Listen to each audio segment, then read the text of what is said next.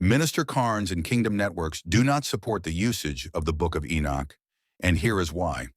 Many people point to the Book of Enoch, chapters 77 through 82, when discussing the calendar and the movements of the sun, moon, and stars. When you take a closer look at those chapters, a number of problems show up. Most of them revolve around the calendar system and how the heavens are described. One of the biggest issues is the claim that a year has 364 days. That number appears in 1 Enoch 82:6. The problem is that a real solar year is about 365.24 days. A calendar that only counts 364 days will fall behind the actual seasons every single year. After only a few years, the difference becomes noticeable. A key passage is found in 2 Enoch chapter 16, verses 4 and 5, numbering varies slightly by translation.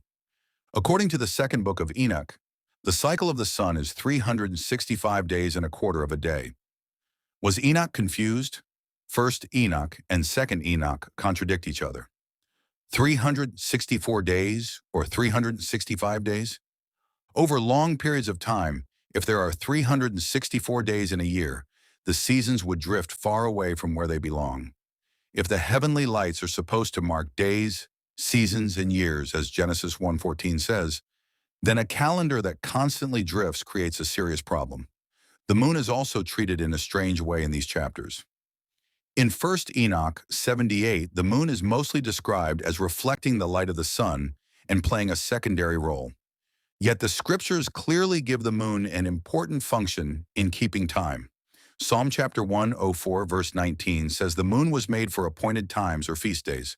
When a calendar system pushes the moon into the background, it no longer lines up with how the scriptures describe timekeeping. Another unusual feature is the description of the sun moving through gates in the sky. Earlier in the astronomical book, which covers chapters 72 through 75, the sun is said to rise and set through 6 gates in the east and 6 gates in the west. The later chapters continue using that same model. The picture being presented is that the sun travels through these openings in the heavens. That reflects ancient ideas about the structure of the sky rather than what we actually observe. The math inside the system also raises questions. The calendar is built with 12 months of 30 days each, which gives 360 days.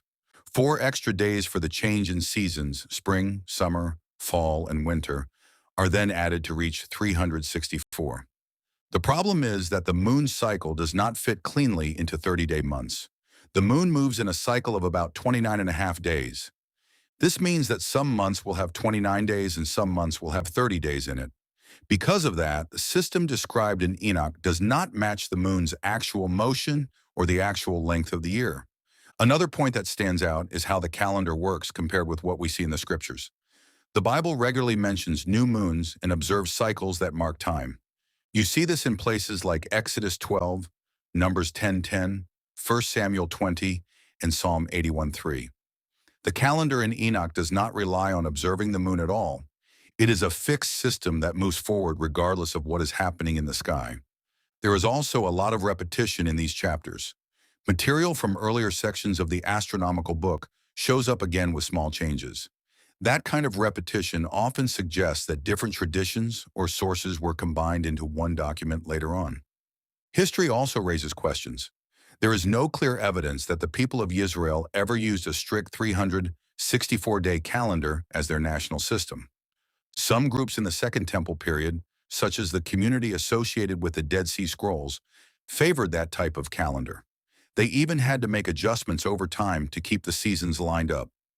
The way the heavens are described in these chapters also resembles ideas found in other ancient cultures. Things like gates in the sky, chambers of the heavens, and mechanical paths for the sun were common in ancient cosmology. Those descriptions sound much more like the scientific thinking of the ancient world than a literal map of the universe. The manuscripts themselves present another challenge. The full text of 1 Enoch mainly survives in Ethiopian manuscripts. Earlier copies in Aramaic were found among the Dead Sea Scrolls, but those are only fragments. Because the book passed through several languages and copying stages, the transmission history is complicated and not as stable as the Hebrew texts of the scriptures. When all of these points are put together, the problems become easier to see. The 364-day year does not match the real solar cycle. The moon is pushed aside even though the scriptures give it a clear role in marking time. The description of the sun moving through gates reflects ancient astronomy. The calendar math does not align with the actual movements of the moon and sun. The text also shows signs of layered editing and later transmission. For many people, these issues raise serious questions about the reliability of the astronomical system described in 1 Enoch, chapters 77 through 82. Just because the Qumran community of the Dead Sea Scrolls followed the Enochian calendar, this does not mean that they were correct in doing so.